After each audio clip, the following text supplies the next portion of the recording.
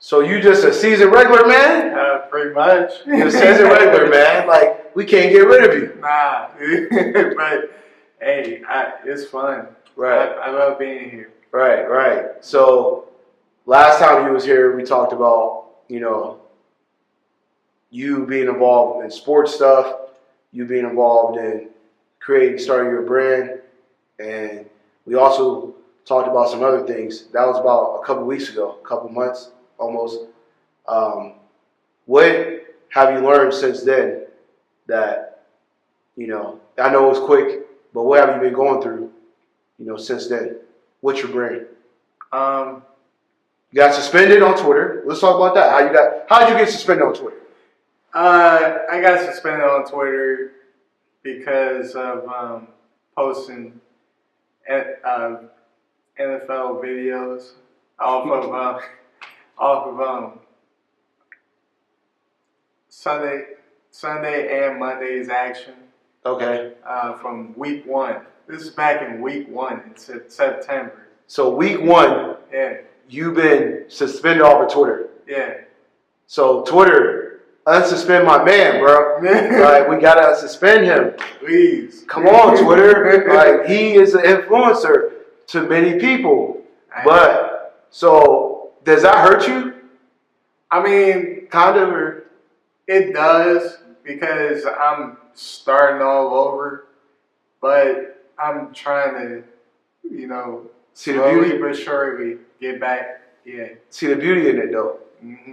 Like, you get to restart, you get to find new people that follow you. It's a new market now. Yeah. So basically, it recleans you. Mm-hmm. So, okay, we know you got suspended off of Twitter.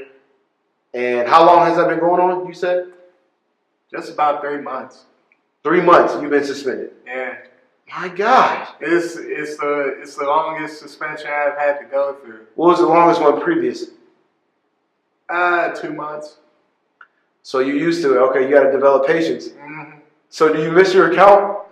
A lot. A lot? A lot. Okay. So fast forward to something else. Mm-hmm. Let's talk about, like, the Jimmy Butler trade. Yeah. So when Jimmy Butler got traded, where was you at? When he got traded, I had to be either at home or bless you.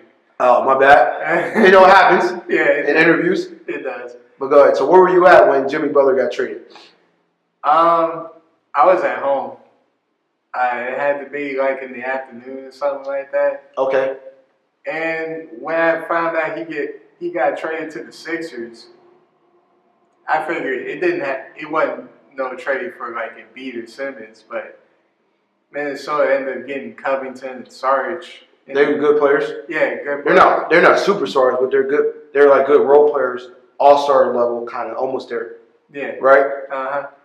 And I thought that's a pretty good deal. You didn't have to give up Ben Simmons. You didn't have to give up Embiid. They didn't have to give up Towns or Wiggins, which they weren't. Yeah. They weren't giving them up. They didn't have money. No. Cap space, sorry. Yeah. But it was a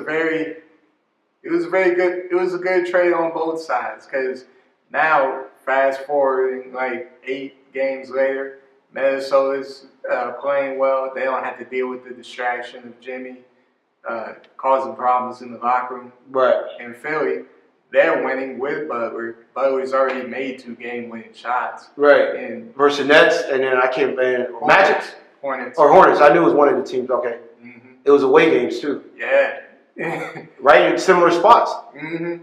And in Butler's first home game, I think he had like 28 points, only 12 shots. Right. So he's already made Philly better. Will they win the East? We'll find out later on. They can. Mm-hmm. I think they could. I mean, Boston is not really playing up to Boston Celtics standards. They're really not. And it's hurting them right now because Kyrie's like, okay, he's supposed to be there. Then you got Gordon Hayward trying to get back. He's on minute restriction. Mm-hmm. And he's not the same right now. So I'm not saying he would never be. He will be the same if it's in his cards. It just takes time to recover. Yeah, it does. And to get back to playing that speed. So I was going to ask you about what did you feel like the Lakers. They were going good when you were in here last time. Yeah. But now they're back to. Got blown out by 32 to the Nuggets. Yeah, it hurt me. As a big Laker fan, it hurts. It hurts. I mean, like, no one really showed up to play that night. Versus the Magic, we should have won, but we lost. Yeah, that game,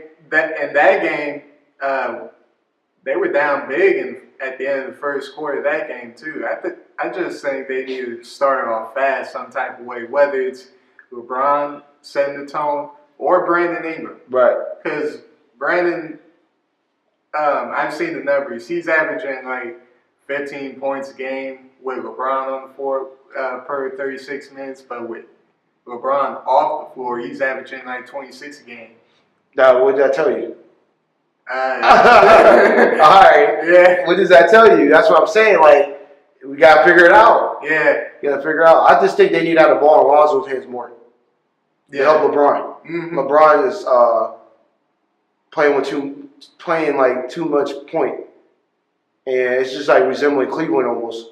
Yeah. Our team a little better than Cleveland, but they just not like you have to. LeBron has to play his role and let him like excel at being a small forward or the point forward, but he has to have pressure off him. Yeah. And he doesn't have a lot of pressure, so. I mean, LeBron said he wanted to play off the ball during his last year in Cleveland. He said he wanted to play off the ball, and he's still pounding the rock. Yeah. For him to be successful, I feel like he has to accept that. And then once he accepts that, I feel like the team will rise up. Yeah. And it will make his job like a lot simple and easier. So it won't come right away, but it'll take time. Yeah. But once he settles on that adjustment, like you said, they'll take it up to another level. Yeah, yeah. What do you feel about Shaquille O'Neal? I know it's off a different question, but I want to know what you feel about Shaquille O'Neal. I love Shaq. I mean, he's one of the best centers in league history. His presence. Right. I mean, what is he, 7'1", over 300 pounds? Right. I mean, he has the character of a child sometimes. Yes, yes, very much so. Yes. Like, the guy is really, really funny. Right. He's shown glimpses of that when he was a player, but now that he's been retired, since 2011. Yeah. 2012, sorry. Around that time though. Yeah, since he's been retired for 6-7 years now,